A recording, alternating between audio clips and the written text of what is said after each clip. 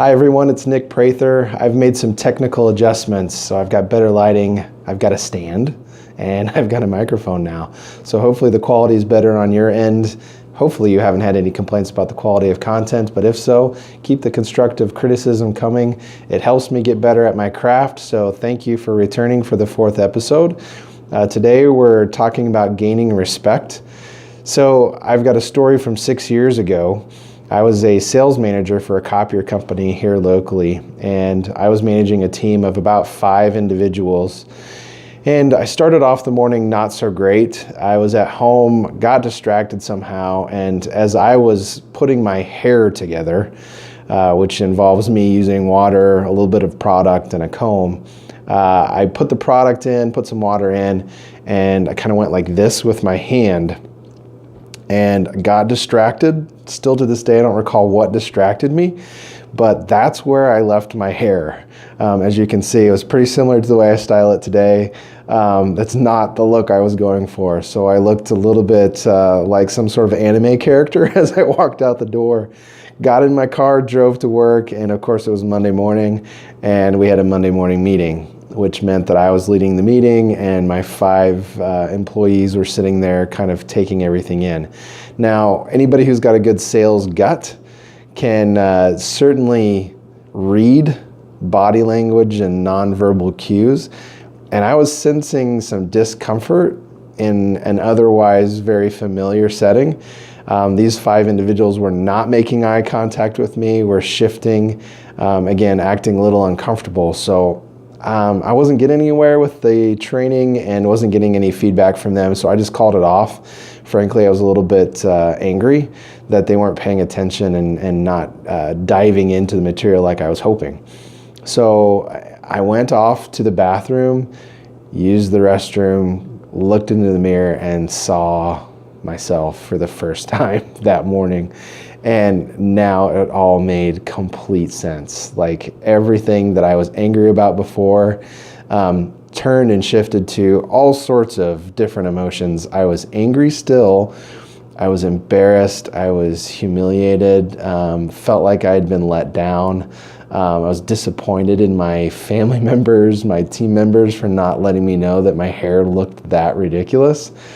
And so, that turned a different topic for me in that moment, in the sense of, I really think as salespeople, we do a lot of work to gain people's approval. But I think we should steer our efforts more towards gaining their respect. And so there was a moment in time that the people around me, I suddenly lost respect for. Why? Because no one took the time or even the risk or the energy to just kind of call my attention and say, Nick, I'm not real sure if what's happening on the top of your head is what you intended this morning. I had friends on my team. I had people that I would call more than just employees or coworkers, but instead they were close friends. And I was disappointed that none of them had the wherewithal to say, hey Nick, time out.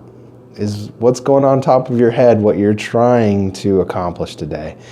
So I translated that to our sales and our sales approach, and I really truly believe that we need to be doing our best to earn the respect of our prospects, not earn their approval.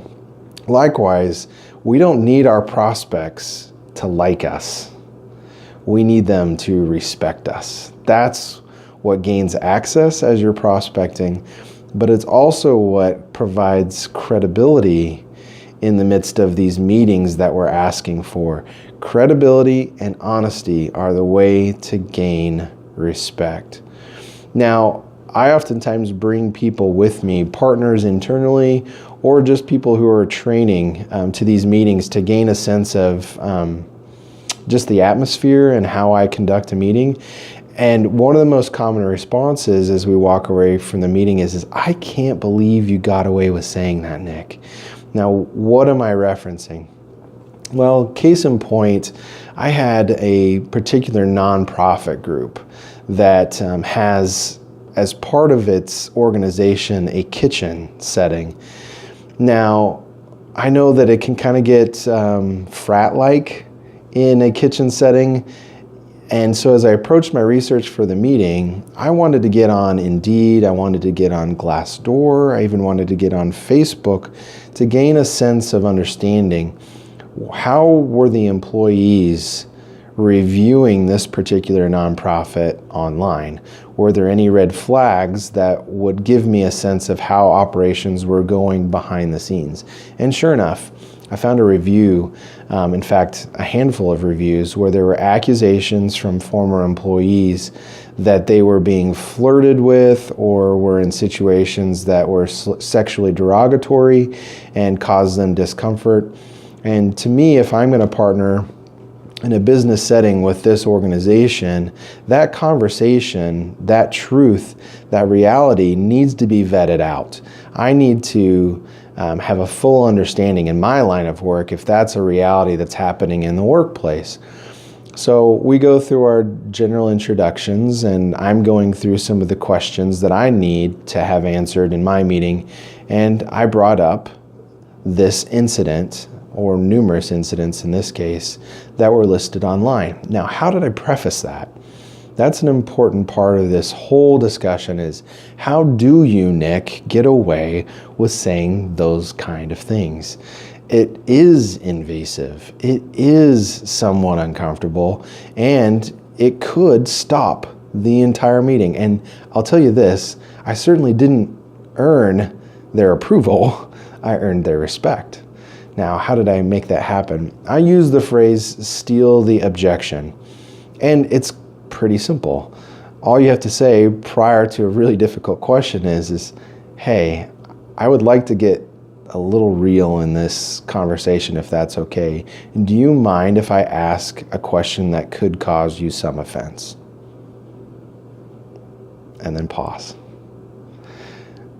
I think if an executive, and you're meeting at the right level, has invited you to have a professional conversation, honesty and the research that provides you credibility should be what you're trying to accomplish in that meeting. The prospect said, yeah, sure, what's your question? And so I asked, hey, I did some research prior to this meeting and discovered several instances on Glassdoor, Indeed, and Facebook that suggested that there might be some sexual misconduct happening in your kitchen setting. Do you believe that this is an issue or a continuing problem or culture issue for your organization?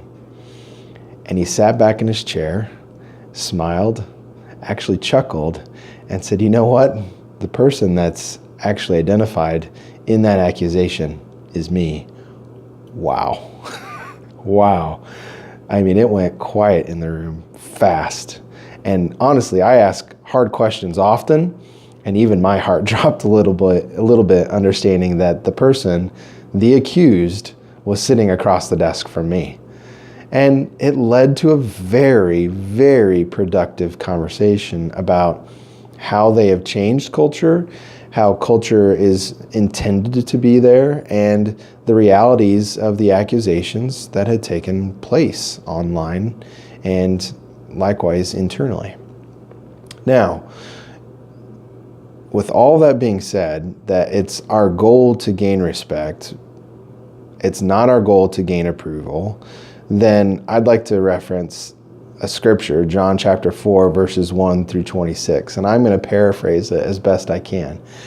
And I want you just to picture some of our prospecting efforts as this story unfolds, how similar this is to just a cold call on the phone. So, kind of pay attention to those realities as I go through this story. So in John chapter 4, Jesus has had a long journey and he's thirsty, and the rest of his group that is traveling with him has gone to the city and they're in search of food. So they're a pretty weary group. Jesus is here. He is so tired, he just flops himself down on the ground, and he's sitting beside a very notorious very famous well. It's an ancestral well, in fact, one that has been used for generation after generation after generation. And he is so tired that he cannot find within himself the ability to get his own drink. And it did require some tools to get a drink out of this well, and he didn't have those either. So he asks a woman who's sitting next to him, who happens to be a Samaritan. Jesus is a Jew. This does matter. And he says, "Woman, would you get me a drink?" And she immediately recognizes the cultural tensions between a Jew and a Samaritan and states, "You know what? We really shouldn't be talking."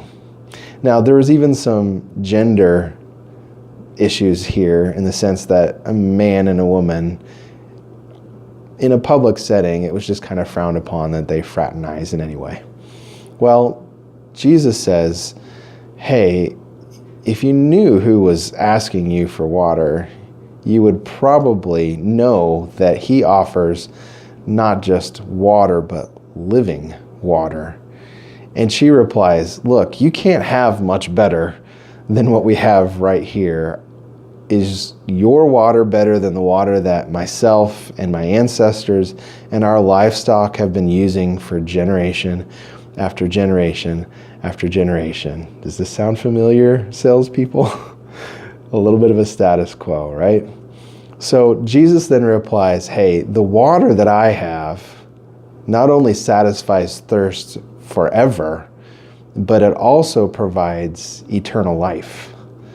And then all of a sudden, she expresses a little bit of interest. She's not yet as defensive as she has been to this point.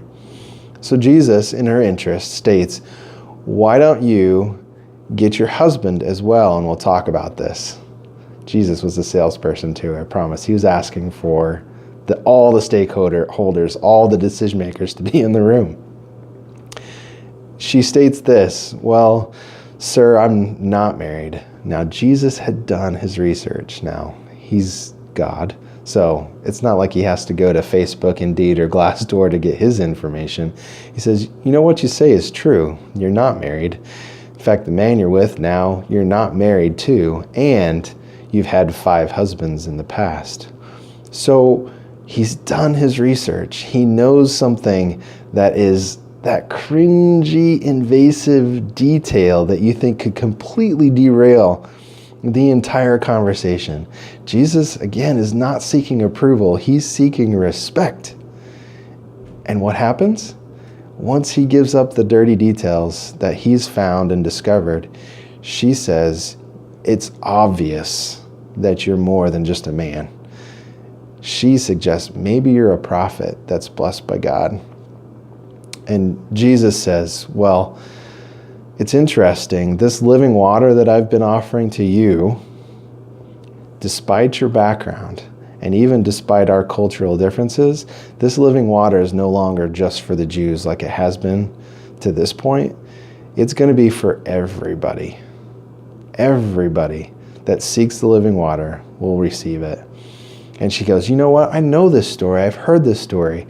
And I was told that the person that gives living water is the Messiah. And he goes, guess what? I am that Messiah. It's a crazy cool story because, again, it feels so much like a prospecting call that goes well. And I think it goes well because Jesus decides to get past the seeking of approval, but instead goes and seeks respect. Guys, I can't implore you enough when it comes to your sales efforts to not just pick up the phone and be willy-nilly about your efforts. Take the time to earn your respect, build your credibility, and get past the point of seeking approval. It's not your job to be liked. And you hear this tough skin principle over and over and over again, and I am a true believer in it. Guys, a no doesn't hurt nearly as bad if you're not seeking their approval. So, take that little tidbit this week, change and shift your prospecting efforts just a little bit, and give me some feedback online. Tell me if this helped. Tell me if you were able to gain access or get into a meeting that you never thought you'd get before. I'd love to hear success stories. It's fun to celebrate them on my own, but it's great when other people can gain access and earn credibility with others because of these little tidbits. Hey, thanks for listening. Look forward to seeing you next time.